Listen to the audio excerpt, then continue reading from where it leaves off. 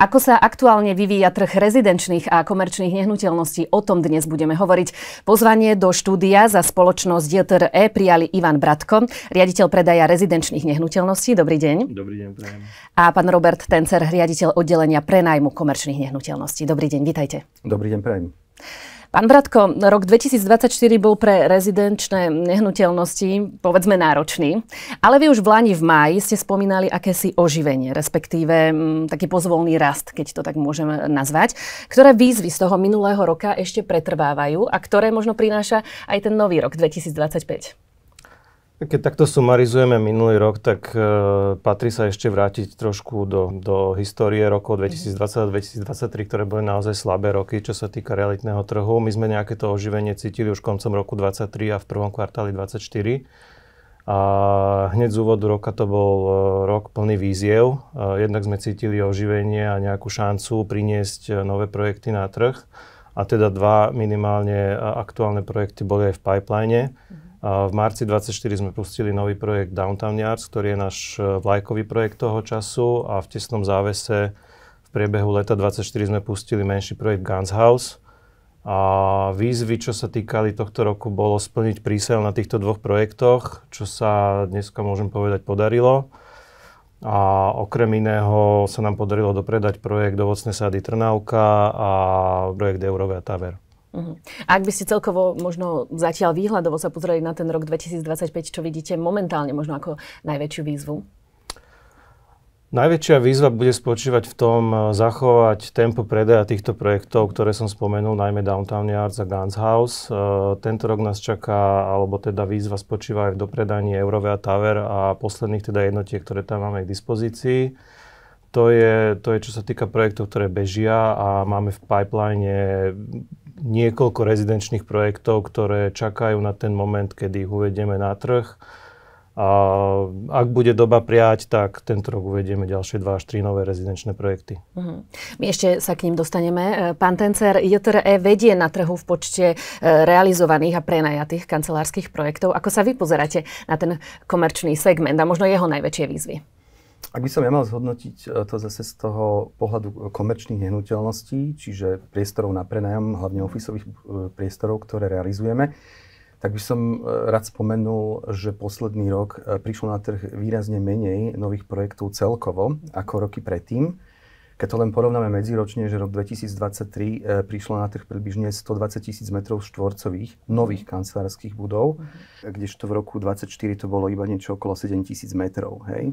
Aj z tých 7 000 bol práve 5 000 metrov sklad 7, ktorý je teda projektom JTRE, ktorý sa nám podarilo na 100% obsadiť jedným nájomcom. Ten 23. rok bol výrazne silnejší z toho pohľadu, že aj my sme priniesli na trh druhú fázu Eurovej, konkrétne ofisové budovy Pribinova 34 a 40, ktoré máme dnešnému dňu prenajaté zhruba na 80%. Tá Pribinova 40 je už de facto takmer celá obývaná, čiže tam už je ten život na 100% v tej budove. Máme tam veľkých nájomcov typu O2, Slovenské elektrárne, POSAM, Cushman & Wakefield a mnohých ďalších. A vlastne Pribinova 34, tá sa teraz postupne doobsadzovala, čiže vypodpisovali sme či už heads of terms alebo zmluvy o budúcich zmluvách a postupne priestory fit-outujeme. Prvý na stiahnutie nájomca je tam spoločnosť Deloitte a de facto môžem ten rok uzavrieť tak, že sa nám podarilo už podhoty alebo podzmluvy dať taktiež takmer 80% tohto projektu. Takže tieto roky posledné považujem tiež za úspešné. Výhľadovo, keď sa má na to pozrieť na rok 2025, čiže tento, ktorý aktuálne máme, tak príde znovu na trh veľmi málo ofisových projektov. Zase sa to odhaduje niekde na úrovni 7 000 metrov. A to zrýchlenie príde v roku 2026, kedy aj my prinesieme na trh projekt Guns House, ktorý už Ivan spomínal, kde budeme mať približne 10 000 metrov štvorcových kancelárskych priestorov na prenájom, kde máme aktuálne tiež už teda pod ponukou túto ofisovú budovu a jednáme s klientami, s prvými nejakými záujemcami. Takže to bude nejaké takéto základné, na čo sa fokusujeme v roku 2025, plus teda úspešne dokončiť tie rozbehnuté priestory, ich sfitoutovanie a odozdanie nájomcom v Pribinovej 34. Keď sa pozrieme ešte teda viac do budúcnosti, tak ten trh ožije výraznejšie niekde v roku 2027 a neskôr, kedy príde na trh zase to číslo, na ktoré sme boli zvyknuté v minulosti, okolo 50 000 m2 kancelárskych priestorov. A z tých našich projektov, čo sa týka ofisu, budeme mať kancelárske priestory na predaj v Downtown Yards od úplne výmier menších, okolo 25 m2 až po 150 a násobne viac. Takým jedinečným projektom, ktorý v Downtown Yards budú aj samostatné administratívne budovy na predaj. Ale keď ste spomenuli tento výrazný rozdiel v tej výmere kancelárskych priestorov, tých 123 000 versus 7 000, povedzme, ktoré sú teraz, aké tie najviac faktory na to vplývali? Vieme, mali sme tu po pandémii covidu, sa vyprázdnili kancelárie, teraz opäť zažívame to, že sa postupne zaplňajú, aj keď nejaká tá forma hybridnej práce predsa len zostáva. Ako to pociťujete? Tak ten trh určite ovplyvnilo to, čo tu bolo, konkrétne teda pandémia a tie 2 roky, kedy ten office úplne štandardne nefungoval. A treba povedať, že po tom retailovom segmente z tých komerčných nehnuteľností, kde vlastne niektoré obchody a obchodné centra boli úplne zatvorené, tak to hneď ako druhé najviac postihlo práve ten officeový, ktorý našťastie teda fungoval v nejakej obmedzenej miere, ale tí klienti a zamestnanci si zvykli na tú prácu z domu, nejaké 2-3 dní v týždni, že proste nemusia chodiť do práce a vedia tú prácu vykonávať aj z domu. A ako hovoríte výhľadovo, teda na rok 2027 to oživenie očakávate, respektíve návraty možno k nejakým tým iným Teraz to bolo časom spôsobené aj z toho dôvodu, že každý developer sa pozerá na to obozretne a v podstate, keďže každý nový kontrakt sa výrazne zmenšil, častokrát sme svedkami toho, že keď niekto sa presúva z jednej budovy do druhej, tak výrazne mení aj výmeru, ktorú požaduje. Je to zväčša možno až 50% pokles oproti pôvodnému, čiže zrazu máte z 10 000 metrového klienta 5 000-ového. Takže tam je cítiť teda výrazný úbytok tých metrov štvorcových, čo sa týka tých nových dílov. Napriek tomu musím povedať, že ten trh je stále celkom živý, lebo keď sa zhodnotím naše štatistiky alebo celkovú štatistiky trhu, tak každý ten rok aj spätne sa urobilo približne 180 až 200 000 metrov štvorcových ofisových transakcií. Zhruba medzi 80 až 100 000 z toho boli nové transakcie. Čo musím povedať aj z našej skúsenosti v JTRE, že my sa na tom celom balíku podielame medzi 15 až 20%, čiže ročne urobíme približne 30 až 40 000 metrov štvorcových ofisových transakcií. Musím povedať, že aktuálne to číslo teda zostalo zachované, akurát pozostáva z viacerých transakcií ako takých. Čiže ako predtým sme mali, dajme tomu, 40 priemere za rok, ofisových transakcií za posledný rok, 2024 bolo 72, myslím. Hej? Čiže niečo tesne nad 70. Čiže viacej klientov, ale zároveň to globálne číslo zostalo, čo sa týka výmery, cca rovnaké. Pán Bratko, spomíname tu projekt Downtown Yards. Vy ste ho teda začali stavať začiatkom roka 2024. Trošku si ho ešte predstavme. Prečo ste zvolili možno aj tento názov a čo aj symbolizuje?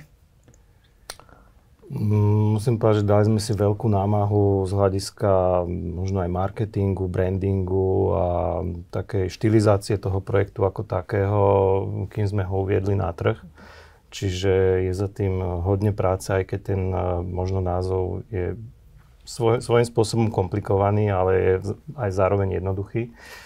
A Downtown preto, lebo v tom čase sa začalo hovoriť, alebo do povedomia sa vôbec dostávalo to slovičko stále častejšie a častejšie, že v tom novom, modernom centre Bratislavy nám vzniká akýsi taký moderný downtown, ako ho poznáme zo západných metropol. Tento pojem sa akoby udomácnil v širokom publiku, či už laickej alebo odbornej verejnosti. Takže išli sme za týmto slovkom a downtown svojím spôsobom aj ako nám vyrastá a ako sa dokončí, zadefinuje tvár nového downtownu a vyrastá v jeho v zásade úplnom centre. Čiže predstavuje toto slovičko takéto moderné centrum veľkomesta, ako sa patrí, a slovko Yards ako dovetok z angličtiny teda poukazuje na dvory, čiže na tú kľudnú stránku toho projektu, ktorá nadväzuje zo svojej východnej strany na Klingerovú kolóniu, kde pozvolne teda tá výstavba sa znižuje až na úroveň rodinných domčekov. A zase táto stránka projektu predstavuje akési akúsi pokojnú oázu pre dobré, kvalitné rodinné bývanie, zároveň v tom modernom a akoby aj rušnom downtowne. Čiže takéto spojenie toho moderného s takým kľudnejším rodinným bývaním. Vy ste teda teraz povedali nejakú špecifikáciu, v čom to môže byť konkurenčná výhoda, keďže vieme, že tu vznikajú rôzne iné projekty. A kto by teda mohol byť možno ideálnym majiteľom budúcim? Tak projekt Downtown Yards cieli na širokú cieľovú skupinu kupujúcich, či už sú to individuálni kupujúci páry, ale aj zároveň prémiové rodinné bývanie. Čiže dali sme si námahu, čo sa týka mixu bytov, že sme priniesli na trh aj kvalitné 3-4-izbové byty s premyslenými dispozíciami. Projekt ako taký je vo vysokomateriálovom a technologickom štandarde.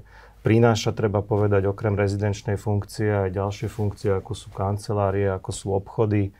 A prinesie kopec verejných priestorov, čiže v zásade sadové úpravy, verejné priestranstva. Okolo sa napojí na existujúce cyklotrasy, prinesie nové dopravné napojenie, či už na pešie ťahy, cykloťahy v rámci mesta. Čiže ide naozaj o pomerne komplikovaný a komplexný development, ktorý jednak prispeje pre ten downtown ako taký, ale bude dobre fungovať aj pre svojich budúcich majiteľov. A pán Tencer, preferujú teda momentálne firmy prenájom alebo vlastníctvo kancelária? Ak zostaneme aj práve pri Downtown Yards, má na to vplyv možno práve aj ten fakt, že tam ponúkate vlastne celé tie kancelárske bloky na predaj, respektíve je ten plán? My sme sa rozhodli tak ako pri Downtown Yards, tak aj pri Ganzhause ponúkať na predaj ofisové priestory alebo kancelárske priestory a retailové v členení takom, že to, čo je vlastne pod bytovými vežami alebo v bytových domoch, sa automaticky predáva. Preto majú dneska príležitosť si naši potenciálni klienti kúpiť priestory aj v Downtown Yards, ako som povedal, od naozaj malých výmier, od 25 m štvorcových až po 1700 m štvorcových, kde viete fungovať tak, že v podstate máte príležitosť si kúpiť samostatné bloky alebo budovy ofisové alebo multifunkčné, ich nazvime, kde viete mať či už nejaké sídlo svojej firmy alebo showroom alebo kliniku. A viete takto mať svoj vlastný objekt alebo ako keby malé biznis centrum vo vlastníctve. A to či už teda pre seba alebo investične. Čiže myslím si, že to je celkom zaujímavá príležitosť pre našich klientov mať možnosť si kúpiť samostatný objekt od 700 cez 1300 až 1700 metrov štvorcových ako samostatný objekt a vlastniť ho, či už prenajímať alebo mať s ňom vlastne svoje sídlo. Zároveň v bytových domoch vedia klienti vlastniť aj kancelársky priestor, ako som spomenul. Zatiaľ majú možnosť ešte sa rozhodnúť, či ho chcú mať plne zariadený, alebo v stave šelenko, že si ho vedia vlastne oni nejakým spôsobom potom doupraviť. V nejakom čase pôjdeme potom už len s priamo dokončenými na kľúč kancelárskymi priestorami. Zatiaľ máme na to celkom dobrú odozvu. Začali sme s predajom niekde v polke septembra a aktuálne sme niekde na predaji medzi 15-20%. Takže to hodnotím ako celkom dobrý krok. Vychádzali sme aj z toho, že už dlhšiu dobu sme ponúkali pre našich ofisových klientov koncept Design Buy, čo je vlastne koncept zariadených kancelárií, neservisovaných, kde vlastne viete mať k nájmu aj v biznis centre kancelársky priestor s výmerami od 50 po 150-300 metrov štvorcových, ktoré sú už pripravené a hotové na kľúč. Častokrát viete mať aj zariadené nábytkom a tento koncept sa nám veľmi osvedčil. Čiže aktuálne ho máme v 6 našich projektoch. Keď vymenujem, tak je to River Park, Tower 115, West End Gate, West End Plaza, Pribinova 34 a v River Parku to máme v dvoch budovách, čiže je to aj vlastne v Riverhouse, ten objekt, ktorý ide priamo nad vodu. A pripravujeme ďalší, nakoľko máme takmer 100% obsadenosť v každom z nich. Čiže je to taká celkom dobrá príležitosť aj pre niekoho, kto chce sedieť v biznis centre. Doteraz to nebolo až tak veľmi možné mať pekný, kvalitný dizajnový priestor. Teraz, ako som spomenul, máme niekde až sa blížime výmere niekde cca 10 000 metrov štvorcových v týchto 5 alebo 6 projektoch, ktoré máme k dispozícii. A pán Bratko spomínal aj teda samozrejme, že rozhodujú alebo aj pri tej konkurenčnej nejakej výhode kvalitné materiály a tak ďalej. Najprv sa spýtam, zostanem pri vôbec tej zelenej tematike, pretože tá ale samozrejme súvisí, a bude to otázka pre vás obidvoch, súvisí samozrejme so zelenými kanceláriami, ale tieto vplyvy sa odrážajú samozrejme aj na tom rezidenčnom bývaní. Aké ESG princípy možno musia dnes tie priestory zohľadňovať? Ako to možno vplýva, ale samozrejme potom aj na cenu, na prenájom? A do akej miery to dnes riešia klienti z vašich skúseností? Ako ste spomenula, tak aj ten dizajn je veľmi dôležitý, čiže my si pri tých design buy dávame záležať na tom, aby boli naozaj tie priestory pekné, dizajnové by zaujali. Čiže preto sme aj vždycky pri každom z tých projektov oslovili nejakého z architekta a práve potom, kto dal rukopis tomu priestoru, ten design by nesie svoj názov. Čiže máme to či už design by Rudohradský, design by Zeit, design by Morod Stačovský, čiže vždycky ten konkrétny architekt, ktorý ten priestor pripravoval, dal mu rukopis. A takisto sa snažíme dodržiavať tú tému, ktorá je dneska veľmi živá a aktuálna ESG téma, čiže aby každý ten projekt bol certifikovaný a mal certifikát trvalej udržateľnosti, a to teda či už BREEAM alebo LEED. Snažíme sa samozrejme cieliť na čo najvyššie hodnotenia pri BREEAMe alebo LEEDe, čo napríklad, keď spomeniem tie nové projekty Ganzhaus, tak napríklad tam ideme BREEAM Outstanding, čo je najvyššie možné hodnotenie. A okrem toho, v rámci toho ESG sa snažíme potvrdiť certifikáciou aj kvalitu vnútorného prostredia pre zamestnancov, čo považujeme tiež za veľmi dôležité, čo je napríklad konkrétne certifikácia Well Health and Safety. Tu chcem zdôrazniť alebo spomenúť aj to, že touto certifikáciou prešli aj naše už existujúce budovy a konkrétne aj všetky objekty, ktoré vlastníme napríklad v spolupráci alebo správujeme pre fond 365 Invest, tak prešli touto certifikáciou už počas prevádzky, čiže konkrétne celý West End Business Park, River Park a Tower 115, ktoré teda už dlhšie fungujú na našom trhu, takisto majú alebo získali minulý rok 2024 certifikáciu Well Health and Safety. Snažíme sa dávať dôraz aj na uhlíkovú neutralitu alebo znižovanie uhlíkovej stopy pri existujúcich projektoch a uhlíkovú neutralitu pri všetkých nových plánovaných projektoch, či to je konkrétne aj Ganzhaus alebo Downtown Yards, kde plánujeme tiež ofisovú väžu, ktorá bude vlastne uhlíkovo neutrálna a bude mať nové moderné technológie, čo sa týka napríklad chladenia a kúrenia. Budeme to riešiť tepelnými čerpadlami, vzduch, voda a podobne, čo budeme sa snažiť eliminovať akékoľvek CO dopady.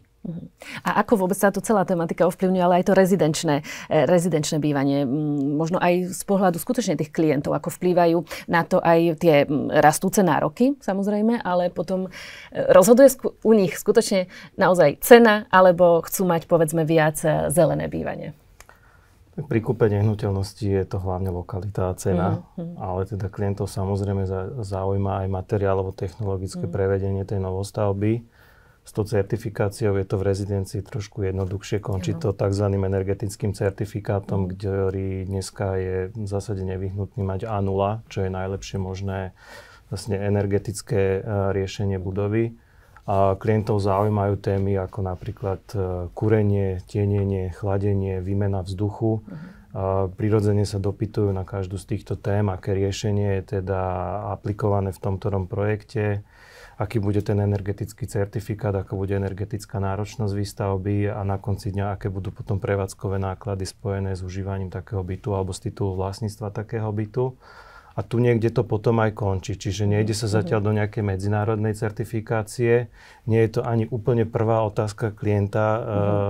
Tieto ESG témy, naozaj je to o tom základnom štandarde, cene a lokalite.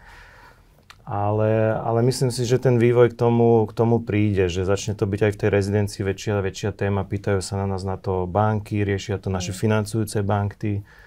Čiže postupne sa to dostane aj ku klientom a bude záležať na tom, ktorom projekte, do akej miery je materiálovo-technologicky kvalitne urobený, aby vlastne šetril prevádzkové náklady či už majiteľov, nájomcov alebo kohokoľvek, kto tie byty obýva vlastní. Ako hovoríme, ľudia chcú mať samozrejme pekné bývanie, ideálne udržateľné, ale nakoniec môže rozhodovať predsa len tá cena. O projekte Ganz Haus sme hovorili, ktorý ponúka momentálne 65 rezidencií. Je to teda na adrese Eurovea City. Keď sa trošku aspoň môžeme na to pozrieť, aby sme si to vedeli predstaviť, aké cenové rozpätie môžu očakávať momentálne budúci záujemcovia.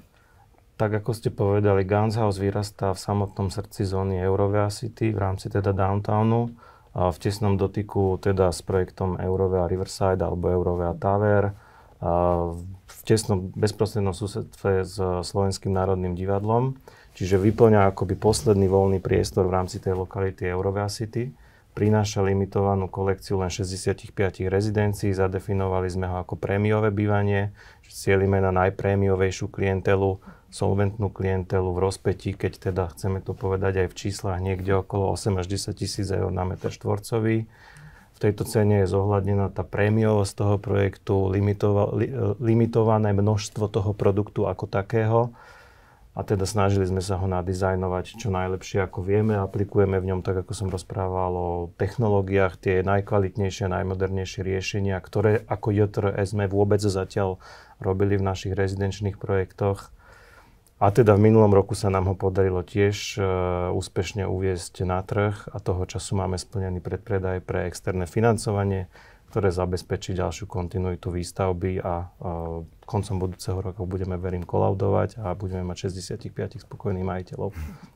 A každý, kto aj prichádza do Bratislavy a vidí ju možno po rokoch, tak si nemôže nevšimnúť tie výrazné zmeny. Ako pribúdajú nám tu skutočne nehnuteľnosti, rôzne zaujímavé typy. A máme tu aj prvý slovenský mrakodrap, Eurovea Tower. Keď sa ešte naň môžeme aspoň trošku pozrieť, aby sme si to zmapovali, aj tieto projekty, možno čo tam aj očakávajú klienti, čo im ponúkate, aké dispozície vôbec, čo je tam ešte možno dostupné. Eurovea Tower je zhruba na 95% vypredaná a odovzdaná. A na úplný koniec sme si nechali kolekciu bytov na 44. a 45. poschodí, čiže to najlepšie z najlepšieho. Tento produkt sme uviedli na trh koncom minulého roka a už v podstate v hotovej, dokončenej a skolaudovanej veži, kde už zároveň teda sme aj odovzdali byty, ktoré boli predané.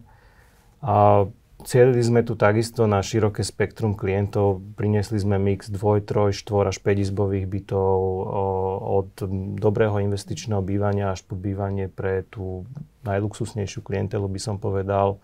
Veža je unikátna jednak svojou výškou, svojou pozíciou v rámci toho downtownu. A bola unikátna aj tým, že teda jedná sa o prvý slovenský mrakodrap. Takže vystupovalo tam viacero superlatívov a pevne verím, že sa nám tento rok podarí úspešne dopredať všetko, čo nám tam ešte ostalo na dopredaj, čo je vlastne to najlepšie z najlepšieho. A pán Tencer, aby sme mali celkovo predstavu aj o tých kancelárskych priestoroch, ktoré sú momentálne v ponuke, respektíve do akej miery sú obsadené, tie, ktoré ste spomínali, povedzme aj Pribinova 34 a tak ďalej, ktoré tam máte ďalšie, ale prípadne plánujete teda aj výstavbu ďalších kancelárskych priestorov. Čo môžete prezradiť? Áno, určite. Čo sa týka obsadenosti v tej zóne Eurovea City, tam máme obsadenosť naozaj veľmi dobrú, čiže ako som spomenul, že niekde na úrovni 80%, že stále vieme v rámci Eurovea City ponúknuť niekde na výmeru na úrovni 5000 m2, čiže stále je tam priestor aj pre väčšieho klienta, plus ten Ganz Haus prinesie 10 000 m2 kancelárskej plochy, takže to je ďalších 10 000, s ktorými atrahujeme potenciálnych záujemcov. Podarilo sa nám v Ganz Hause predať de facto všetky tie ofisové a retailové priestory, ktoré boli na predaj. Že zhruba 20 priestorov dokopy zobral jeden kupujúci, a to konkrétne Unicredit banka. Takže to je možno ako ten príklad toho, čo som spomínal pri tom Downtown Yard, že je tu príležitosť si v podstate kúpiť nejaký samostatný kancelársky priestor, čo nebýva až tak často možné v takéto triede A+. Takže tu sa nám podarilo naozaj ešte len pri začiatku výstavby podpísať zmluvu o budúcej kúpnej zmluve práve s touto spoločnosťou, čo sme veľmi radi, že máme takéhoto dobrého partnera ako prvého kupujúceho v rámci našej komerčnej časti. A z tých ďalších projektov do budúcnosti Ako som spomínal, to oživenie príde až niekedy v roku 28, 29, 30. Tam nových projektov, samozrejme, tam plánujeme River Park, druhú časť vlastne, druhú fázu, kde budeme mať takisto 10 000 m štvorcových kancelárskych priestorov, taktiež splňujúce všetky nové požiadavky ohľadom ESG, uhlíkovej neutrality a certifikácií, čiže pekný butikový projekt triedy A+. A samozrejme potom v Downtown Yards, ako som spomínal, väžu, kde budeme mať 37 000 m štvorcových čistej kancelárskej plochy, čo bude takisto prvotriedna špičková budova pre Fortune 500 spoločností. Takže to sú to nejaké také tie výhľady do budúcna. Teraz dávame veľký fokus na najbližšie 2 roky na doprenajatie zóny West End, kde sa nám vlastne po jednom veľkom nájomcovi, ktorý konsolidoval, uvoľnila pomerne veľká výmera. Takže je to niekedy taký aj celkom úder, keď vám odíde veľký klient, ak máte naozaj že tú budovu zloženú hlavne z nejakého veľkého jedného nájomcu, ktorý potom či už odíde alebo konsoliduje, čo bol náš prípad, že vlastne tá spoločnosť konsolidovala 3 sídla do jedného. Takže s kolegami budeme vyvieť maximálne úsilie, aby sa nám čím skôr obsadilo a táto voľná plocha vo West End Gate, konkrétne na Patrónke. Čiže tam vieme vlastne ponúknuť de facto 14 000 m štvorcových, takže ten priestor tu naozaj je pre aj veľkých, aj malých klientov. Aj tu sme spustili ten projekt Design Buy, lebo ten nám naozaj ide takmer sám, čiže v podstate, kde ho spustíme, tak sa nám do pol roka de facto obsadí na 100%. Takže tam sme už urobili prvých 10 000 m štvorcových. Myslím, že máme teraz obsadenosť niekde na úrovni 70%. Že to čo skoro doprenajmeme, pôjdeme možno aj s ďalším Design Buy v rámci tejto budovy, ale samozrejme, že sa budeme tešiť aj na nejakých väčších nájomcov, ktorí budú na trhu. A myslím si, že budú. V tomto nám hraje do karát, alebo celkom vyhovuje aj tá nižšia ponuka tých nových kancelárskych budov. Čiže vlastne to nám dáva priestor doprenajať tie voľné priestory. A ako som povedal, že viacero developerov teda obozretne pozerá na to, čo všetko je na trhu a teda tiež stopli svoje plány v ofisovej časti na najbližšie 2 roky, lebo takisto chcú doprenajať to, čo je aktuálne postavené a k dispozícii. Takže to je aj našim cieľom najbližšie roky. A samozrejme z toho ekonomického pohľadu sú investície do nehnuteľnosti veľmi, veľmi zaujímavé. Pri tých prémiových rezidenčných projektoch, pán Bratko, aj ktoré ste spomínali, teda dominujú stále investiční klienti, dá sa to takto povedať, respektíve očakávate nejakú zmenu štruktúry? Čo sa týka investičnej klientely, tak tá väčšinou reaguje na nové projekty v takom rannom štádiu uvedenia tých projektov na trh, kedy je to buď tesne pred výstavbou alebo po spustení stavby, kedy je to niečo nové na trhu, na čo sa dá pozrieť, čiže tí investori reagujú na to potom veľmi rýchlo a práve v týchto včasných fázach. A neskôr potom počas výstavby prichádzajú klienti, ktorí si hľadajú vlastné bývanie. Čiže ono sa to tak pekne vyváži počas celej výstavby, že sprvu máme skôr tú investičnú klientelu a ku koncu už vlastne obchodujeme ľudí, ktorí si hľadajú vlastnú strechu nad hlavou. Oba projekty, ktoré sme spomínali, alebo všetky tri aj z Eurovia Tower, prilákali slušný investičný dopyt. Je tam nejaký podiel investične nakúpených nehnuteľností, ale vo všetkých tých projektoch sú aj klienti, ktorí si tam našli, alebo teda v Eurovia Tower si našli svoje vlastné bývanie a takisto tomu bude pri projekte Guns House a Downtown Yards. Tomu investičnému apetitu napomáhajú pomaličky klesajúce úrokové sadzby na hypotékách, takisto pomalý rast reálnych miest kupujúcich, ktorý trošku pokrývkáva za tým cenovým nárastom, ktorý sme tu mali. Čiže ono sa tam pomaličky dostane a tento rok sa už ten investičný potenciál potom prejaví naplno. Pevne verím a takisto tomu napomáhajú aj pozvolne rastúce príjmy z prenajmu nehnuteľností, ktoré práve povedzme rastú najvyšším tempom práve v downtowne, v týchto centrálnych lokalitách, kde teda je potom väčšia vôľa investovať do nehnuteľností. A pán Tencer, ako som povedala, keď sa pozrieme na tú súčasnú Bratislavu, vy ste to teraz aj spomenuli, či už teda, ktoré nové kancelárske projekty aj budú pribúdať, respektíve s čím sa dá teraz pracovať, až skutočne do konca tej dekády tam možno očakávať ešte oveľa väčší nárast. Ale možno aj z vášho pohľadu u obidvoch, keď to porovnáte s inými mestami, ako v súčasnosti vnímate tie možnosti, ktoré ponúka Bratislava, či už z pohľadu kancelárskych projektov a potom aj tých rezidenčných? Ja si myslím, že ten kancelársky trh je tu na veľmi dobrej úrovni, čiže Bratislava ponúka pre zahraničné spoločnosti naozaj prvotriedne budovy kategórie A+.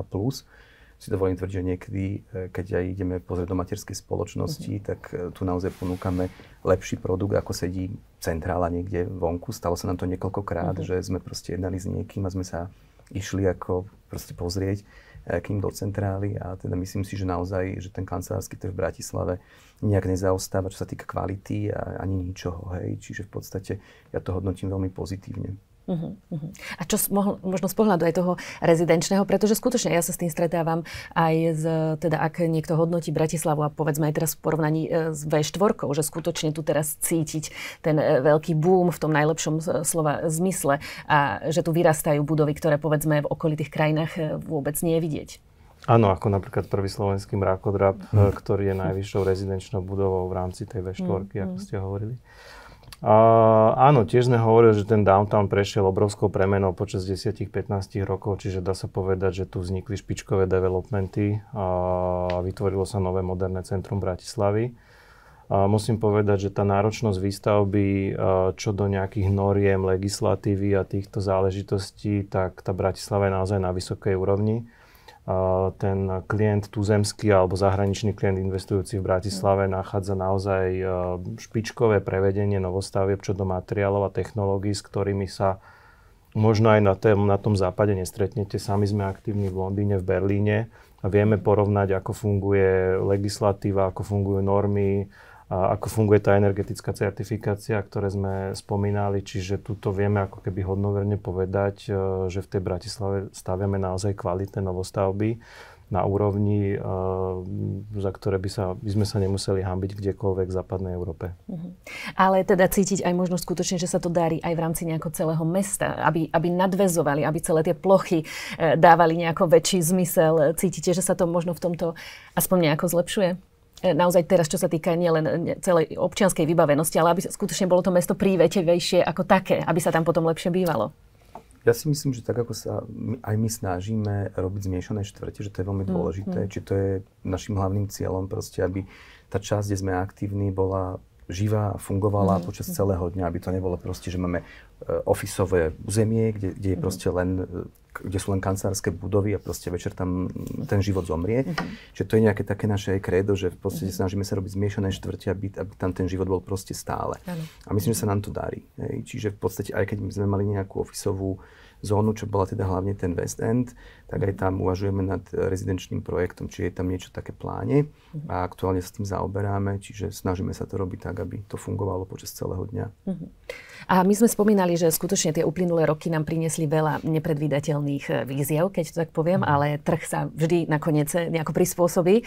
A hovorili sme aj o tom, že povedzme do kancelárií sa postupne vracajú ľudia. Zároveň nám ale zostal nejaký taký, keď to poviem, hybridný spôsob života, že predsa len ľudia chcú mať aj doma pohodlne, tí, ktorí si to môžu v rámci svojich profesí dovoliť prípadne aj robiť z domu a zároveň potom chcú prísť do kancelárie takej, ktorá im opäť vyhovuje v rámci všetkých tých všetko toho, čo potrebujú v rámci svojej práce. Ako sa z pohľadu vás oboch mení skutočne to správanie klientov aj v rezidenčnom, ale aj v komerčnom segmente, aj so zvýšením nejakej tej flexibility v rámci našich životov, že sa nám trošku mení ten spôsob života a dokážu skutočne aj developeri teda tieto požiadavky efektívne nejako integrovať do tých všetkých svojich nových projektov, respektíve čo aj vy možno očakávate od toho, ako sa nám ten život okolo nás skutočne mení. Môžeme začať kancelárskymi? Z toho kancelárskeho pohľadu, ja si myslím, že áno, že to už nezmeníme, že v podstate, a ja to berem niekedy ako výhodu, že mám možnosť pracovať aj z domu, aj priamo z pracoviska, čiže z kancelárie. Myslím si, že to je niečo, čo tu zostane a bude ďalej fungovať. O to viac sa snažia zamestnávateľia, robiť pre svojich zamestnancov, aby to prostredie bolo pre nich prívetivé, aby proste tam radi chodili, aby sa radi vracali. Čiže v podstate vytvoriť každému zamestnancovi také podmienky, aby mal do tej kancelárie prísť a aby tam chodil rád. Hej. Čiže to je dneska veľký tlak na to, preto ten dizajn a celé to vnútorné prostredie je veľmi dôležité a zameriava sa na ňo každý pri príprave toho kancelárskeho priestoru a je okolo toho naozaj niekedy dosť veľká veda, aby všetko fungovalo tak, ako má, aby tie divízie jednotlivé medzi sebou vedeli komunikovať správne, aby tam bolo dostatočne veľa kolaboračných častí, kde sa vedia tí zamestnanci stretnúť. Je pohľad na to taký, že v podstate vy do tej práce sa máte prísť stretnúť s kolegami, vybaviť si meetingy, stretnutia, odovzdať si nejaké poznatky, vyriešiť problémy. Keď máte prácu, že idete čítať 100-stranovú zmluvu, tak ju môžete kľudne čítať aj doma. Hej? Na tú do práce chodiť nemusíte. Čiže v podstate ten pracovný priestor by mal vyzerať naozaj tak, že vám dáva priestor na tú komunikáciu medzi zamestnancami hlavne. Čiže už to nie je tak, ako to bolo voľakedy, že máte proste, voľakedy veľmi dávno, že máte samostatné kancelárie, kde sa človek zavre a proste tam sedí 8,5 hodiny a potom ide domov. To je v podstate dneska zbytočné. Ako sa potrebujete zavrieť a máte na to doma podmienky, lebo aj to nevždy je, hej, čiže v podstate áno, ak niekto na to nemá podmienky, tak potrebuje do tej práce ísť, ale ak niekto má naozaj tú možnosť pracovať tú prácu, na ktorú potrebujete sa fokusovať a proste sústrediť. Ak ho viete vykonávať z domu, tak nemáte už chodiť do práce. Čiže naozaj sa hlavne zameriame na to, aby tam boli zóny, kde sa ľudia vedia stretnúť, kde si vedia odozdať svoje vedomosti, vyriešiť problémy, prediskutovať, čo je potrebné. Ale určite na ten spôsob života, ktorý momentálne žijeme, teda reflektujú aj všetky vaše projekty, rovnako aj pri tých rezidenčných.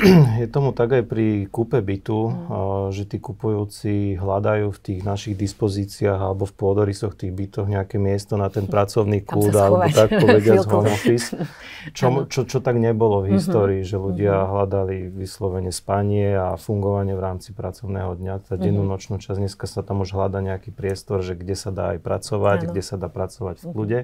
Čiže jednak hľadajú tú možnosť práce z domu v rámci toho bytu a jednak my ako developeri prinášame pre klientov aj ďalšie riešenia. Napríklad projekt Downtown Yards prinesie tzv. Community hub, alebo možno vo voľnom preklade preložené spoločenskú miestnosť, kde bude niekoľko funkcií.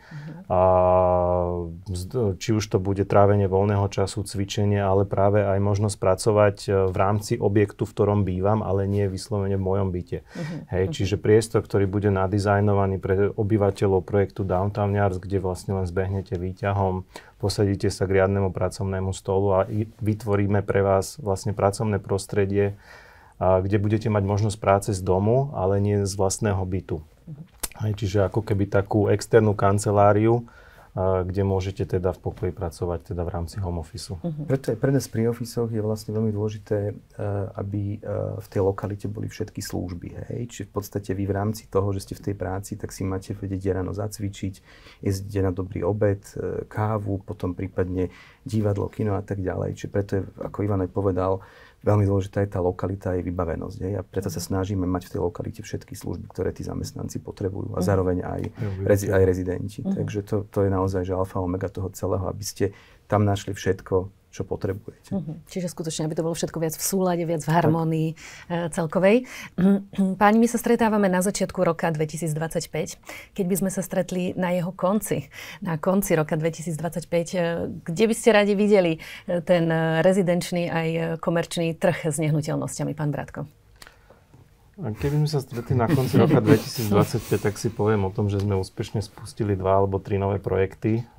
Máme vo vysokom štádiu rozpracovanosti alebo pripravenosti lokality v širšom centre. Jednak je to v časti Mlynskej nivy, potom máme 2 pekné územia v rámci Dubravky. Čiže skôr také príjemné, pokojné rodinné bývanie. Na tieto projekty sa v zásade ja osobne celkom teším. Sú v pipeline tento rok, takže na konci tohto roka ich budeme hodnotiť. A pevne verím, že nadviažeme na posledný kvartál roku 2024, ktorý bol okrem iného najsilnejším kvartálom z toho samotného roku 2024. Čiže sú tu všetky predpoklady, že rok 2025 bude ešte lepší ako rok 2024. Jemne nám klesajú úrokové miery na hypotékách, skrotili sme infláciu, skončili sme, myslím, niekde okolo 2,8%. Rastú nám reálne mzdy obyvateľov, takže ono sa to pekne rozpohybuje tento rok. Možno z úvodu roka trošku zarezonuje ten konsolidačný balíček a nová DPH, ktorá vstúpila práve do platnosti teraz v januári, ale od druhého kvartálu počnúc si myslím, že to bude rok ešte lepší, ako bol minulý rok. A pán Tencer, vaše výhľady? Ja dúfam, že na konci roka budeme môcť povedať, že máme dobrých klientov, čo sa týka Ganzhausu, že sa nám okrem Unicredit banky vlastne podarí zazmluvniť alebo predzazmluvniť aj tú ofisovú časť, tú kancelárskú časť. Takisto, že budeme mať v dobrej predajnosti projekt Downtown Yards, čo sa týka tých samostatných domov alebo vlastne blokov, kde tiež by sme chceli vedieť dopredu, že aká prevádzka tam bude, čím my si častokrát aj vyberáme. Nechceme niečo len tak predať investične veľakrát, čo sa týka obchodných priestorov, ale aj týchto kancelárskych budov alebo mixed use developmentov, pretože v podstate je to ten servis, ktorý som spomínal. Čiže aktuálne riešime jedného kupujúceho, kde vieme konkrétny zámer, čo by tam chcel robiť, a to je naša preferencia. Takže verím tomu, že sa nám to podarí tak, aby tie projekty boli úspešné, aby žili, aby fungovali a aby proste boli atraktívne dlhodobo pre všetkých tých, ktorí tam žijú alebo pracujú. Tak, ďakujem vám aj za tieto výhľady. Verím, že si to po nejakom čase budeme môcť pozrieť sa na to spoločne, ako sa zhodnotili možno v tej realite, ako sa ukázali. Ďakujem veľmi pekne za vaše slová. Našimi hostiami bol Ivan Bratko, riaditeľ predaja rezidenčných nehnuteľností JTRE. Ďakujem pekne. A pán Robert Tencer, riaditeľ oddelenia prenajmu komerčných nehnuteľností. Ďakujem, že ste tu boli. Tiež ďakujem. Pekný deň.